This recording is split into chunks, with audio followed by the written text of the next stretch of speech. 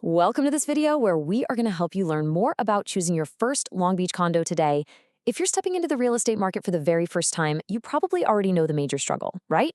Trying to find a place that doesn't completely drain your bank account but still gives you that incredible, vibrant Southern California lifestyle that you've been working so hard for.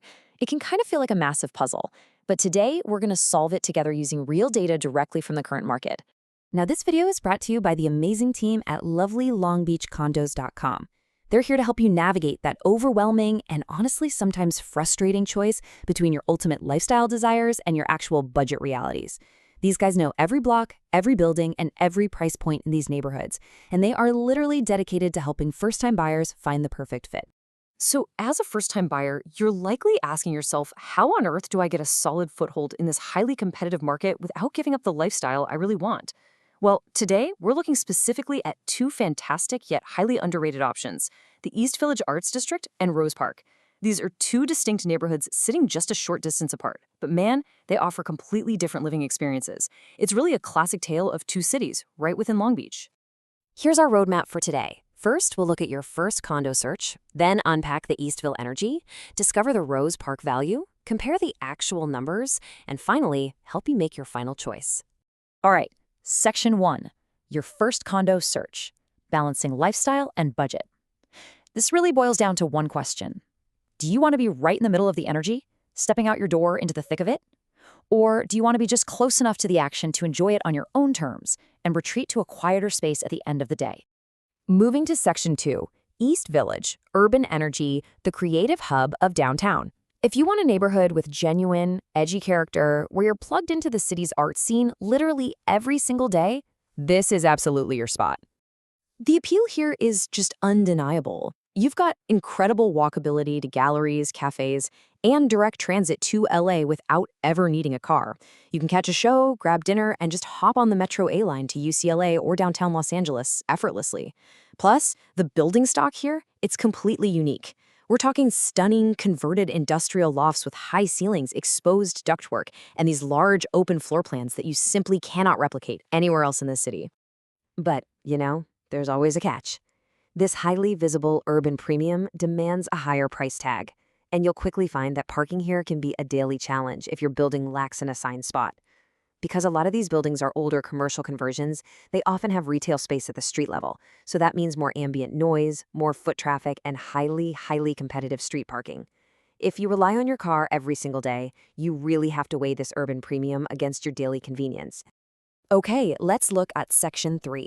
Rose Park, the best value, the residential sweet spot.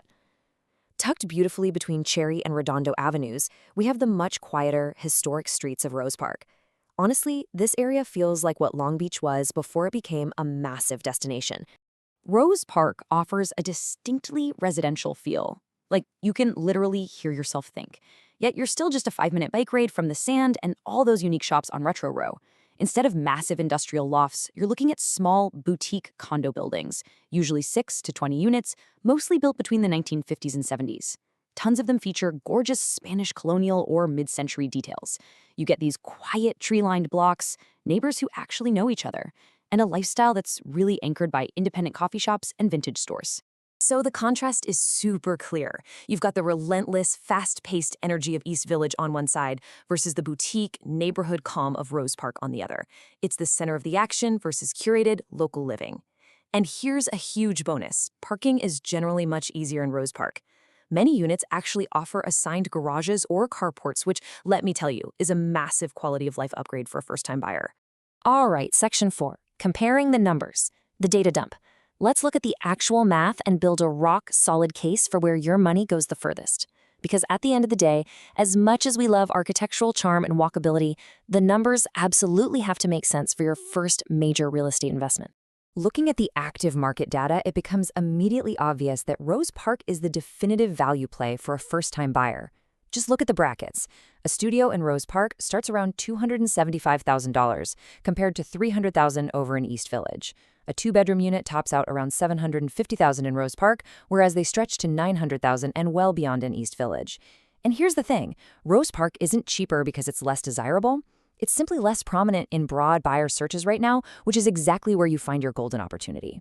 So the absolutely crucial point here is that choosing Rose Park saves you roughly $25,000 to $50,000 on your entry price for a comparable unit. For a first-time homebuyer, that is massive. That's literally the difference between scraping by to make your down payment and actually having a comfortable safety net left over for renovations, furniture, or, just peace of mind. Furthermore, because Rose Park consists mostly of those smaller 6 to 20 unit boutique buildings we talked about, you're generally going to enjoy much lower monthly HOA fees, usually ranging from $250 to $500. Over in the East Village, those converted loft buildings often demand higher HOA fees, stretching up to $600 just to maintain their complex building systems. So the savings in Rose Park aren't just at the closing table, they continue every single month you live there. Which brings us to Section 5, making your final choice, aligning daily habits with your budget. Ultimately, your decision shouldn't just be about the math, but how these neighborhoods actually align with your day-to-day habits. Both areas offer genuine long-term investment upside and strong renter demand, but they really serve two very different types of residents. East Village is perfect if you want to pay for a front row seat to the city pulse. If you want to jump on the metro to work and walk to a gallery opening on a Tuesday night, East Village is definitely calling your name. But Rose Park is that undiscovered opportunity where budget-conscious buyers can secure a fantastic entry point. If you value the coastal calm, like biking to the beach on a Saturday, discovering a new local coffee shop or wine bar on Retro Row, and returning to a quiet street, then Rose Park is your undisputed winner. As you weigh your options, really ask yourself what lifestyle truly matches your vision of homeownership. Think about your life not just today, but 3 to 5 years from now. Will you pay the premium for the relentless pulse of the city, or will you invest smartly in the quiet value of the coast? The right choice is simply the one that honestly reflects how you actually want to live every single day. All right, that's going to do it for today. Make sure to hit subscribe to our channel for more local real estate insights to help you navigate this market like a total pro. And when you're ready to start your search, call the lovely Long Beach Condos team directly at 310-940-3950. They are ready to help you find the absolute best value for your budget. Thanks so much for learning with us today, and we'll catch you next time.